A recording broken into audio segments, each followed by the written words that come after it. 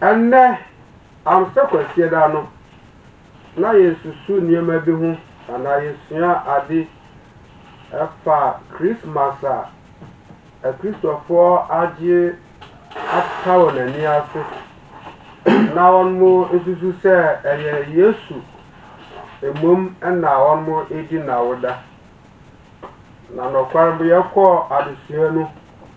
You will hear say in 2 years. In 2 years, na ya share who year. Ye be ya to say ya sum yame. Na sa na ya sum abonsam. Enti enne ade abesa me na mu ezuso ho no aye Satan and his agents. Abonsam ene na dumayofo. Wana waye eduma emma abonsam sante mani abre na aye mahi asam sam ne mo be su sa asam we hono eya futuo na mede ma menuanmo a Christopher atitru esan se anka Yesu die o wano ana o wa adepa na Yesu die se wukura Yesu a o heaven akwantuo no eyitia se wukura Yesu a oni Yakobon nkita hodia no so eye mre na so Yesu nsam bi a okaye no ono ntina ma enne eye afutu a mede ma menuanom a motie me ama wo yam somo a wo som no wama wani adaho isa se wubu babra kuntabuo abo somu a wo be se abonsam ekura edom eche Yesu no anasa owu maaye no na bese kan Yesu no numu asem ni bi na me kan isam bese miensa efi Bible ni mu wo Matthew chapter 22 verse 40 na me kan na sisubio. Okay. Na wana wafre won no doso. Na Yesu say wana wafre won no onbo doso osomano. Den so wana waji won no de we kakra. Na wana mi Yesu maji won no onu ye kakra bi. Etemi nua wo hwa Kristo osom ya doso. Ya doso pa a ye beka say Yesu na ye den afre yen. Na Yesu si dabio mabemum nemo moaga sano media ewomu no eye kakra bi adentia obakọ Matthew chapter 7 13 to 14 no na owia waka John 14:6 no amami ya hwa itemenuan mo emane ye de say ye Christopher nemo moma ye de se behu nokware no na nokware no aye adehye isa se edi Jesus just Jesus into me nyenkwa nemo remember this yemuno Jesus with his word Jesus anasa ka hono ono na ebetumi amwanya nkwaje it is a yes say ma frebebre na kakra bi na eye media because am pa bebre no so no ina aboden Yesu din anameboa good it wo je kan wo Matthew 7:13 no emame mon shane opono tiantia no Yesu say na mon shane apo ta ketewa no mu na opono a eso ene okwan a etre no ene die ekọ se yimu o se apono no a eso kase no edi nipa ede ekọ o se yimu kosoma me na wana o shim edoso ana tio o se wana o shane emu no edoso to wait as Yesu asem o ka pepepe o se many are called to a friend of bebre na kakra bi na ye ne dia eti dodo no a ebekọ se yimu no enam ekwan kase mu ana ndesa good Edu to asoma me. Na apron tia ne okwan hia no ene de ekọ enkwam Ko asoma me. na wona wo hunu no esua So etu ase akwan ketwa no hia no ɔse ɔno ati nipa kɔ nkwamu na wɔn a wɔwɔ mu no wɔn musa eti wee mi ehu yɛ sɛ saa na ɛte mu mu sɛ me no mienu yɛ mu bebree no yɛ nua yɛ nante awɔ saa akwan ketwa ne mu bɛbɔ a eti yɛ hwɛ saa akwan ketwa no John 14:6 Na Yesu sɛ no sɛ na Yesu sɛ on sɛ mane kwan no mutu ɔsɛ mene saa akwan ketwa no kɔsoma me nɔkorɛ no ɛne nɔkware no ɛne ɛnkwa no ɛne nkwa no obi a mma agya no nkyɛn obi a ma agya no nkyɛn adi sɛ ɔnam kyɛ sɛ ɔnam so hallelujah amen eti Yesu ama yahu yaka ɛkwan wɔ Bible no mu a ɛyɛ sabe kumase kwan ana nkran ɛkwan na ne nyinaa gyina nasam no eti nasam no ɛna ɛyɛ dɛ ɛyɛ ɛkwan no sɛntia Yesu ɛka saa asɛm ne sɛ Satan abɛwura Kristoso mu a wɔn nso abɛtwa ne kwan awura Kristoso mu a nipa bebree no eyisu Yesu din Yesu emidawasi o in the name of Jesus they are born Yesu din they are mini atofom na yɛna yɛbɔ Yesu din yɛdɔɔso ba Yesu sɛ no bɔboa media ɛwɔ mu no ɛyɛ dɛn esua iti ɛyɛ Yesu din a yɛbɔ yɛ no ɛde bɛma yɛnyɛ dɛn yɛnyɛ nkwagyeɛ sɛ saa na ade ne te good ɛsa sɛ Satan yɛhwɛ adeɛ Satan ayɛ wɔ Jeremiah chapter 5 verse 26 to 27 no na yɛba bɛsua abɔnsam ho ade kakra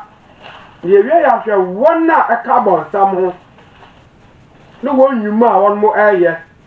na wɔn a wɔanya wɔn ne ɛkwan a wɔn faa so a wɔn mo ɛnya wɔn no mpɛ sɛ yɛn nyinaa yɛsua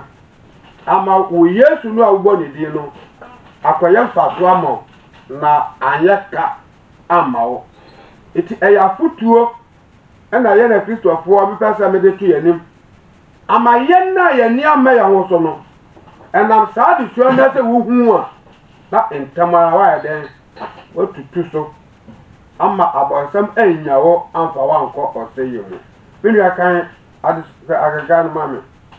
ɔse efisɛ ohunu abɔneɛfoɔ meman mu ohunu adebɔneɛfoɔ meman mu wɔtetɛ sɛdeɛ nomayifoɔ butubutu ɔse wɔn tetɛ sɛnea nnoma yifoɔ no ebutubutu o so butubutu ɔtetɛ sɛnea obenya nnoma akye wɔn kɔsoma me osunsun fidie yi nka ɛna wɔn ɔde a Satan ne ne nkorɔfoɔ no sunsun fidie ade yi nipa kɔsoma me sɛdeɛ noma hyɛ kɛntɛn ma no sɛnea nnoma ɛhyɛ kɛntɛn ma no hwɛ gyina hɔ ma iti saa so na yɛyi nipa ama nipa ayɛ dɛ ayɛ kɛntɛn ma ɛwɔ Satan da fidie mu kɔsoma me ɔse sɛ nsisie ayɛ wɔn afiefie mu iti ɔse nsisie ayɛ ofie nyinaa mu ma kɔsoma me verse ɔse enti wɔayɛ akɛseɛ na wɔanya wɔn ho ɛna wɔnyɛ wɔn ho so iti yɛ wɔn nkurɔfoɔ a ɛyɛ adwuma ma Satan na ɔno nso Yesu din ɛde nyɛ wɔn ho na me nua baawo nim na ɛnam saa de so wei so no ɛna mema wɔhu na wɔani aba ho so iti winim sɛ yɛhwɛ yɛ Satan no a yɛnni ka nsua Satan ho asɛm ɛkakra yɛn nyinaa nim sɛ Onyankopɔn wɔamɔ Satan ɔbɔ abɔfoɔ a na ɔmoyɛ dɛn ɛsom no eti abɔfoɔ no som Nyame mmere santene a yɛnnim ne mmere ansa na ɔno Nyame ɔba bɛbɔ ɔsoro ne asase wei na wabɔ nipa nso ayɛ dɛ agu so eti sɛ wohwɛ adesuo bɛhu sɛ Ọsọ abọfo nyinaa nim asase wei ne fiti ase sɛ wɔka wɔ Job yɛnkan chapter 38 verse 3 to 7 a ɔkyerɛ sɛ wofi asase ase bɔ no na de kyerɛ nsoroma nyame mma na ɔno di ahurusie na ɛyɛ ɔsoro abɔfoɔ eti wɔyɛ adesoa mu no yɛwuyɛ sɛ abɔfoɔ wei no nyame ɛyɛ de edi ka bɔɔ wɔn mo to afi ɔbɔ ewiase na wɔn mo di ahurusie ɔno ani agye good eti akwan nyame de fa so bɔ abɔfoɔ deɛ ɔkɔmande wɔn sɛ mo mmra na ɔno nam mframa no mu na ɔno waba wɔ Psalm 148 verse 5 eti wɔ adesoa mu no yɛnim yɛ sɛ wɔn mo yɛ adwuma ɛwɔ mframa mu na saa abɔfoɔ no nyame bɔ wɔn mo no menua wɔn mo nim nyansa paa ɛna wɔn mo enim ihutasɛm secret so wɔn mo nim ihutasɛm ɛne ɛna wɔn mo enim nyansa eti sɛ kodwo abɔfoɔ wei ebi ba wo nkyɛn a obetumi aka wo fie nsɛm nyinaa de akyerɛ wo eti sɛ saa abɔnsam wei ana abɔfoɔ wei no sɛ bi ba me nkyɛn na ɔne bi yɛ adwuma sɛ wo bepue m'anim a ɔbɛkasa sɛ asomasi a ɔbɛ yɛfrɛ no kodwo eti ahintasɛ bie no hɔ a ɔno yɛ dɛ enim eti wokɔ wɔ Daniel chapter 9 also ɔwɔ bi yahu ɛna 2 Samuel chapter 24 verse 16 sɛ ɔno enim nyansa na Bible yɛ taa sɛ ɛyɛ dɛn asɛm bi so ɛyɛ dɛn ɛna yɛnya Satan gɔ ɔmo nyinaa yɛ abɔfoɔ bɛpɛ sɛ yɛhu ne yie ama me nua baa a wotia me no ana me nua bɛrima a wotia me no ana me maame a wotia me no ana me nana a wotia me no wɔn ani ada hɔ menim yie sɛ nipa bebree na ɛdɔ Yesu nipa bebree na ɔno mpɛ sɛ ɔno som Yesu bɛ Satan akorɔ so ɛkwan no a wɔn mo ehu ɛkwan tenenee no eti ɛba bɛyɛ ɛho adwuma ne yɛhu Satan na fidie a wɔde ayiyi nipa no eti Job ɛmiate aseɛ Job chapter 14 4 verse 8 to 19 hɔ wɔbɛkan ama me yɛhwɛ Satan beebi a ne fiti aseɛ ɛbaayɛ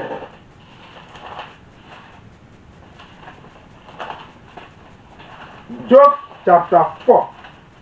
verse 18 to 19 ɛhɔnom ɛsɛ hwɛ me nkoa mpo ɔmfa ne ho nto wɔn so eti Yakobon se na nkoa oyiwa de do ɛyɛ ɔsoro abɔfoɔ ɔso amfa ne ho mpo ayɛ dɛ anto wɔ so kɔdoma no na n'abɔfoɔ no obu wɔn sɛ wɔtɔ mu na nkantom wɔn a wɔte dɔte adan for eti abɔfoɔ no a wɔn mo fom yɛ mpo no ayɛ dɛ wɔamfa wɔn ho ankyɛ wɔn na akama wo nipa dɛsɛ ni eti wei kyɛ sɛ abɔfoɔ no yɛ dɛ ɛfom a wɔamfa wɔn ho ayɛ dɛ ankyɛ wɔn eti wɔamfa wɔn ho ankyɛ wɔn no ayɛ dɛ otua wɔn ka oyi wɔn mo efi n'abɔfoɔ mu nti woyi wɔn mo na wɔpam wɔn mo no ɛna enya kɛsa Satan eti Satan no sɛnti a yenya edin Satan no oni ɛsan so ɔmo fom ɔmo ɛni mmara so ɛna onyame pam wɔn mo efi ne nkyɛn na Satan ɔba no according to Bible say influence eti onyadɔm ɛyɛ dɛn edi n'akyi eti onyabɔfoɔ bebree di n'akyi ane ahoho bebree na edi n'akyi a ɔno ba asase so na ahamum ɛna asɛm no ɛyɛ monwanwa ana ɛyɛ hu wɔn nso ba asase so pɛ ɛna wɔn nso bɛyɛ nipa ɛbɛ influence nkurɔfoɔ a wɔn nso bɛka wɔn ho a wɔn mo nso ne wɔn mo ɛyɛ adwuma na nkurɔfoɔ a wɔn mo ne Satan ne agents ɛyɛ adwuma no ebinom ne yɛfrɛ no false prophet yɛbɛka wɔn ho asɛm ebinom yɛ men of renown nkurɔfoɔ no agye din ɛna Bible ana akyerɛkyerɛfoɔ atorofoɔ Satan nkurɔfoɔ a ɔno wɔn mo yɛ adwuma no ani ɛna afi wɔde ewiase ahunyadeɛ ɛso ɔde ato wɔn mo adwene mu eti ɛsan saa ɛkwan wɔ esu nti ɛna Yesu Kristo ka kyerɛ yɛn sɛ wɔ Matthew chapter 28 verse 20 kan ma me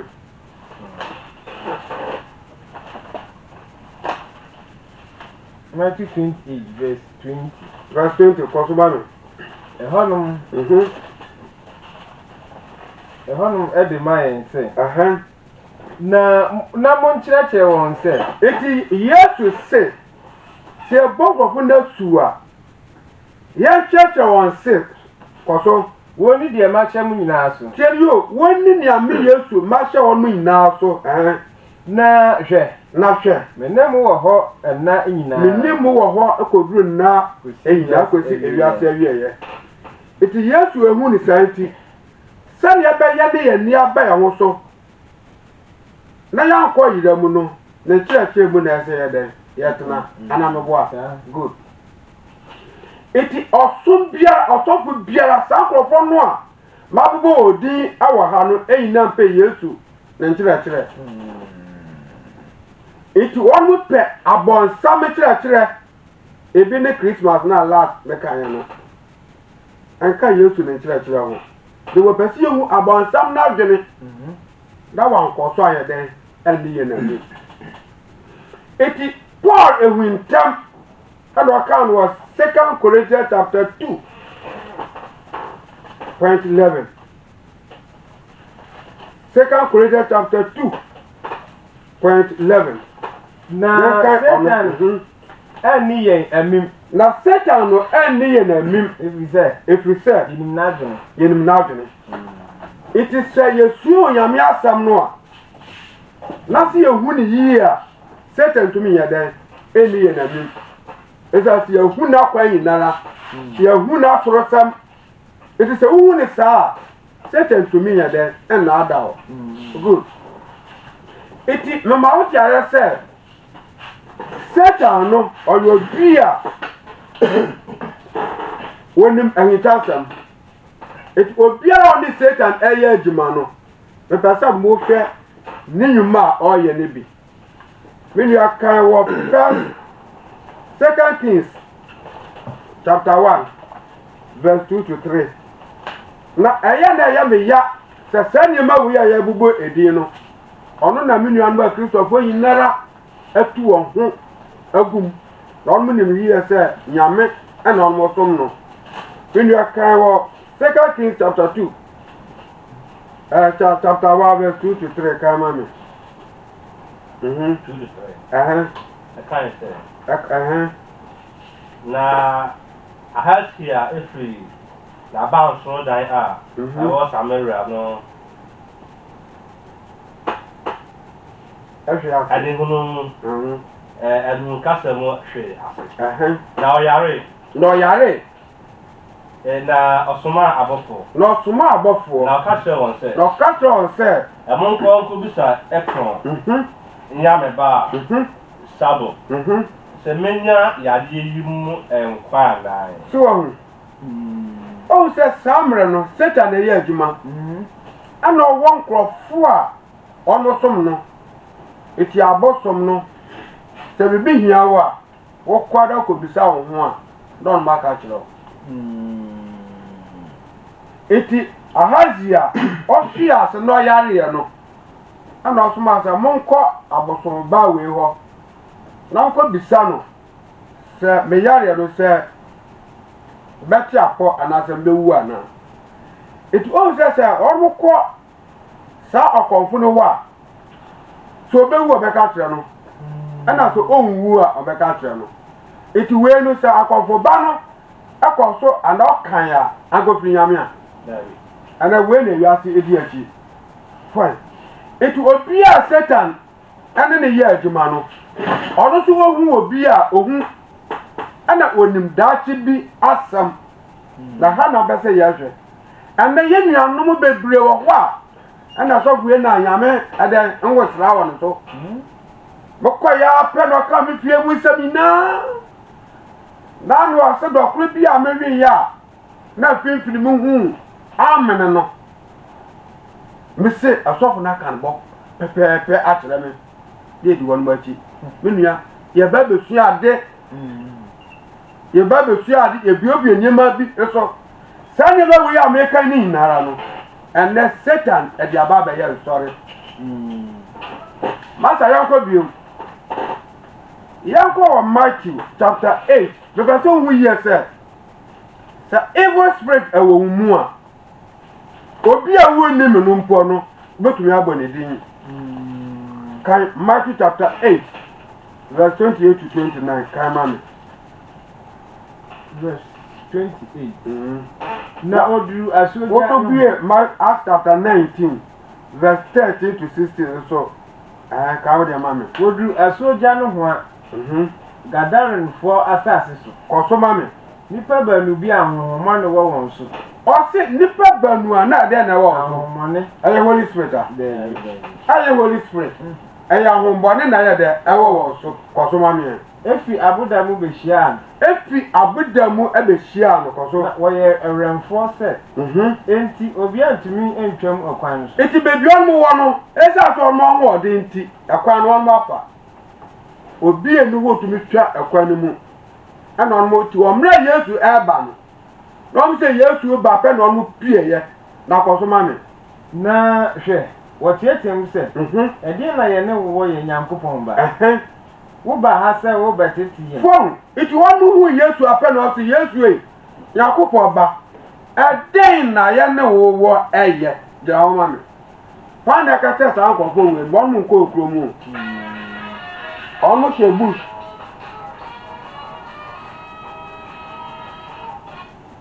almost a bush onu ko okromu da eso wonu hu Yesu ape ana am se Yesu ni wani eti ya bi si awon se aya honhom na wo mu a akodo hu Yesu a eti se honhom no enim Yesu eti sa honhom no me ya bete gai se ko pina ni mo babo mi din adia Satan adika ewiase no wani adia Satan adika ewiase no wani eti meka se bi ntoya to ya bo ha wa mra Yesu Kristo ene asomo edom enam no wa Matthew 16 onzo bi sa on se na mi abudi machi no me no hwan adodo so no hu we se wo ye Jeremiah we se wo ye John we so ya say it one more ba sa hu no ewo mu a anka o bo Yesu din ka o woni Yesu Kristo we pese mu tres no aye nuanu mu abutia me atoko biela aya enwosra atoko biela aya Holy Spirit na menu ya ye besua ade ya bewie no ya ho ya mabo na ama wure fi Yesu asem o kan many ha ya fre adom no da kakra bi ene ye de eye mede o se ba no ana saka se Yesu se da ede yo nko be be ka se Yesu e ya du di shankom ya du di ya wonwade na Yesu se galawe na minimo mo ama ye nia etne that the question is say Yesu and abu a won mo yes ade no a aya den na yabo Yesu din na say ni ma no ko so e be se mu bi wani ene na ya di so na Yesu aba no say wa wo pe nkwaje e ma wo kra that day di awie no pe se wo ye bebe pa etran menua se wo sua ade no a e ma wo bi e na ada wo ye wie ye wo fi e fo so e declare ni ma bi wo Acts chapter 19 verse 30 to 16. Come on. Okay, sir. ɛna Yudafo akɔnfo a wɔnam kyɛn no mu binom esi wɔn bo sɛ wɔbɛbɔ Awurade Yesu din wɔn a wɔ ahoma no ɛso. Kwa kɔso ma me. Yɛka Yesu a Paul ka no ho asɛm no egu mu so. Yuda ne ɔsɔfopani Skewa ɛma baason bi ɛna wɔyɛ ɔsa. Ɔte Yuda ni Cephas ne ba na ma nson na ɛyɛ saa o. Na ɔno so na mu in the name of Jesus. In the name of Jesus, send a Paul and Yesu no mo na ewe mu ɛyɛ no. Eti wɔn mo so ekope kɔso ma me. Verse 15. Kɔso na ahoma no bu a sɛ. Ɛna ahombɔne no ɛka kyerɛ wɔn sɛ. Menim Yesu. Hwɛ Yesu no menim no. Na menim Paul. Ɛna Paul so ɔnam ha mehu na mehu no. Na mo ne hwan no. Na mo ne hwan. Kɔso ba me. Edunsia no sɛ. Na onipa a ahoma no ɛwɔ ne mu no. Ɛto hyɛ wɔn so. Ɛto hyɛ wɔn so. Ɛyɛ wɔn pasaa. Ɛyɛ wɔn pasaa. Na wɔde wadagya ɛne efi ɛdara efi no mu. Fine, me da wase. Iti tu wɔn. Iti bɛsɛ mi nuanu ɛte ase ehu ni sɛ obi kura bɔnsam honhom a ɔno so tumi ka daate bi asɛm. Ɔno so tumi ka ahuntasɛm. Iti bɛpɛ sɛ mmewani na hɔ na yɛ wɔn mu nyinara na yɛ adesua no ɛde ebehu Onyankopɔn nɔkware na kwan no. Iti sɛ yɛhwɛ wɔ yi a wonim wei deɛ wame yɛate a sɛ ɔno nyinaa so ahomane mɛbo a. Fine. Ɛna ahomane no ɔno ba transform no ɛde ɛbɛbɛwura wɔ Kristosom mu ayɛ ne Kristosom ahomane and yɛfrɛ no Holy Spirit. Na yɛn nyinaa yɛnim wɔ 2 Corinthians chapter number 12 verse 11. Kama me. Na yɛhwɛ ɛnnɛ nea Satan aba bɛyɛ ɛnnɛ deɛ yɛmfrɛ Satan person no anka obi ɛhwɛ wɔ nneɛma so yɛfrɛ no watchman anabɛboa ɛnnɛ yɛfrɛ no den security. It is person no ne yɛfrɛ no Satan and yɛfrɛ no Jesus ɛna evil spirit yɛfrɛ no Holy Spirit. Na yɛhwɛ Paul asɛ bi a ɔkae no 2 Corinthians 2 verse 11. Ɔsi ma yɛ kwasia. Verse 11. 12 no ma me yade. Ɔsɛ Satan yɛ no sɛ hanbɔfoɔ. Na n'akyirifoɔ ɛyɛ ɔho sɛ nɔkwa asomfoɔ a ɛnyɛ wɔn a na ɛbɛwie wɔn sɛnea wɔn nnwuma yɛ dɛ ɛte. So it is Satan no nso abɛyɛ ne ho hanbɔfoɔ. It is never Kristosom mu yɛni Satan. 2 Corinthians 11. 13 ɔkɔsoma. Asaa nipa yɛ. Ka 12 no. Edumien no sɛ. Na adeɛ mɛyɔ no. Nea meyɔ no. Mbɛyɔ ara. Na mɛsi wɔn a wɔrehwɛ me ho kwan no. Ɔno bi na sɛ si yɛte ha no a yɛyɛ no. Nea yɛyɛ no yɛbɛkɔ so ayɛ. Na bi abua yɛn nuanom de yɛsi wɔn mu a edim tro edi Satan tumi edi dada wɔn no yɛbɛti wɔn kwa we are going to expose them kɔsoma me na wahu wɔn deɛ wɔde hɔ na wahu wɔn deɛ wɔde hɔ wɔn ho no kɔsoma me edumiɛnsa no sɛ na saa nipa yi na saa nipa no ɛyɛ atorofoɔ asomafo atorofoɔ adwumayɛfoɔ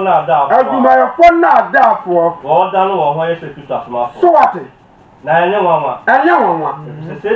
efi sɛ Satan no ɛnɛ yɛfrɛ no Jesus Christ ɛti ɔno mo asomafo ɔsa no ɔmo so prophet a ɛnyɛ ade kɛse bia na ɛbɛwie wɔn sɛne ɔmo dwuma teɛ hallelujah so wɔm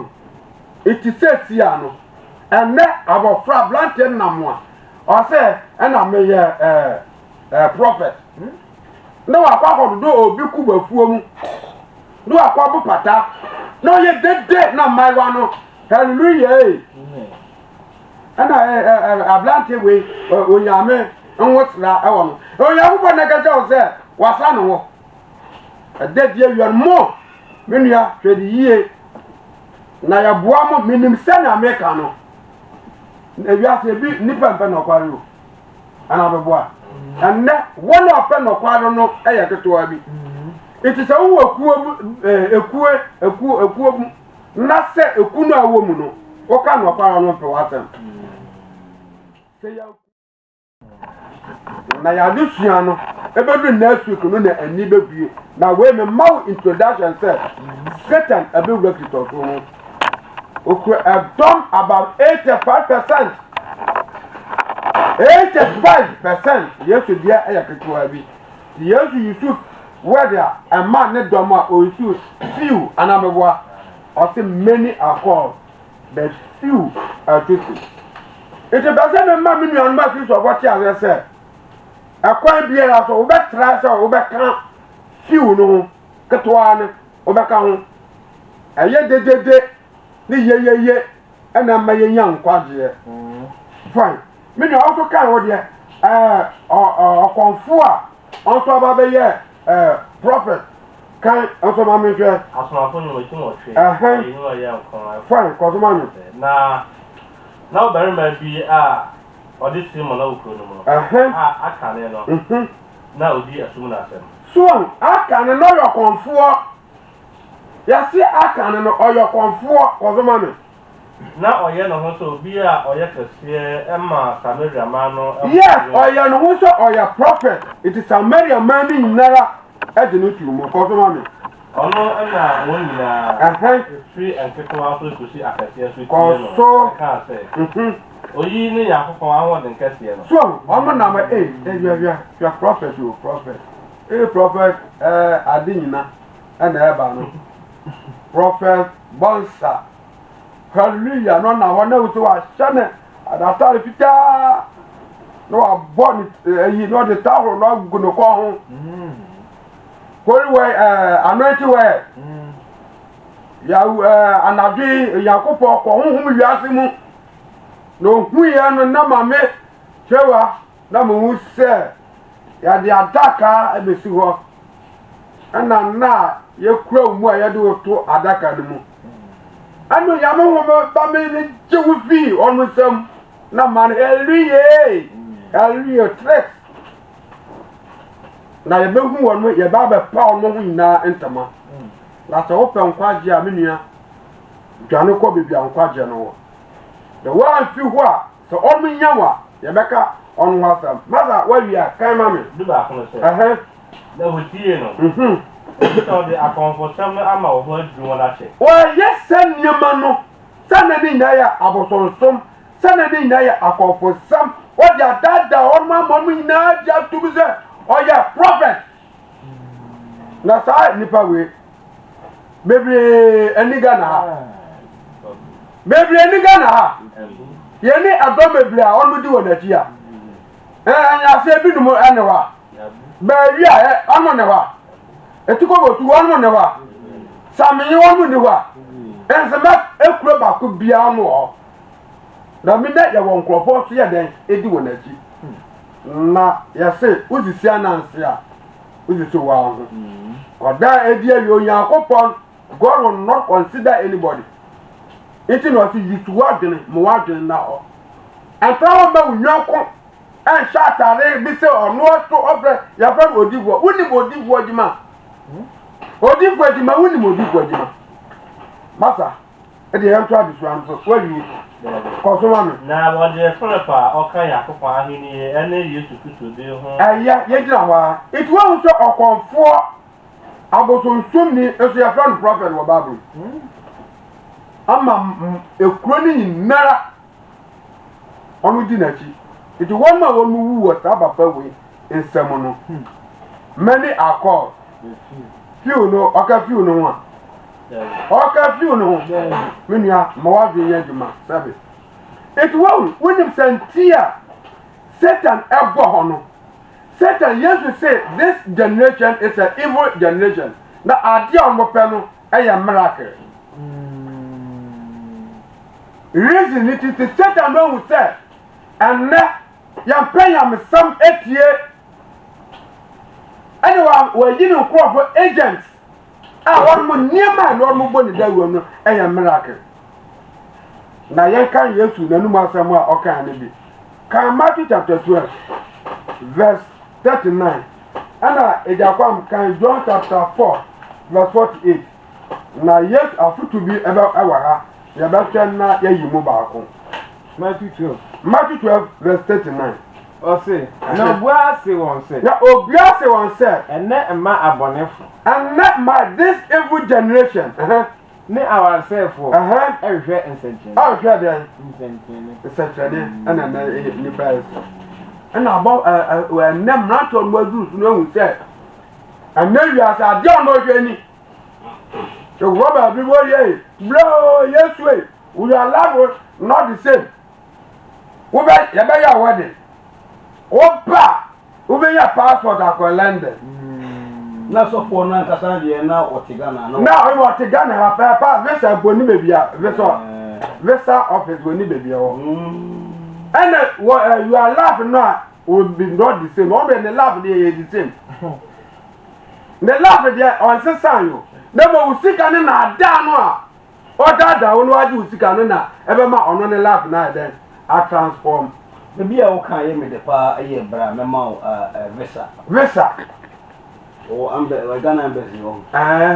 ba bisa ono so ono nim ono o ka cho se o ma visa no ni visa office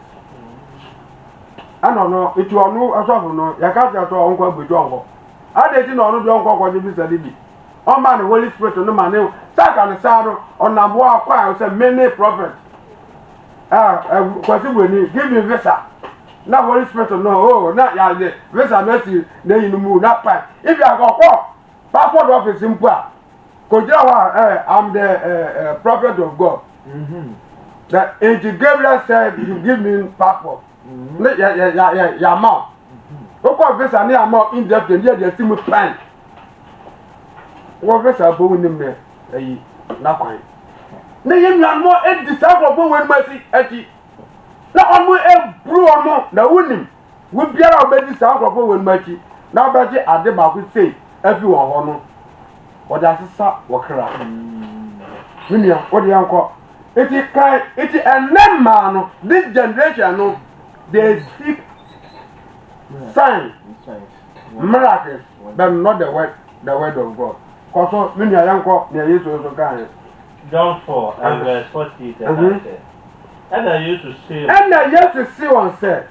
Samo hu sense ne ani nkonya monyi Yesu say enne meza kanyamia sam said den twahwe sa wanya miracle wo boalai unyo obi e ma na nyuni ne yawo mi ni it is Satan ehu ne saa no ana wafa ehwo no wi bronya akukọ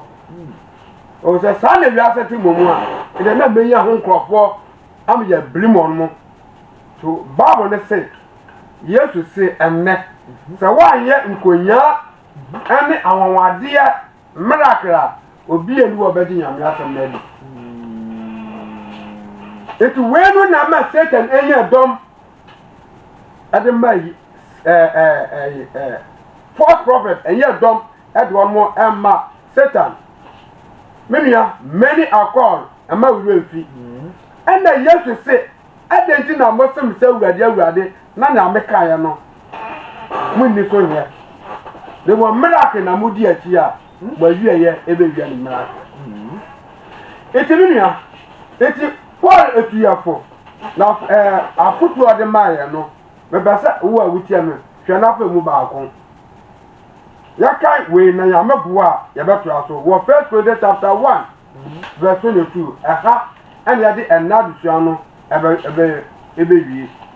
na ya meboa e beto aso ya basi yehu sa false prophet no won ne yɛ no a ɔmo yɛ no na sa wo bi mu a e de no wato ho fo me nua kan ma yɛ I say 1 Corinthians 1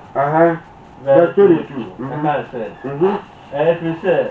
if you say we da for the chance central dida for no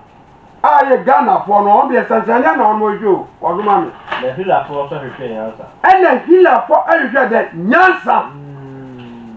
na nyansa fiti ase yɛ de nyansa ɛwɔ nyame asɛm no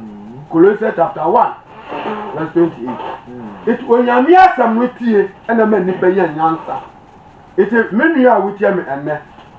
me ba se bibisa enne sa miracle na obedi achi and also be nyame asem na chi.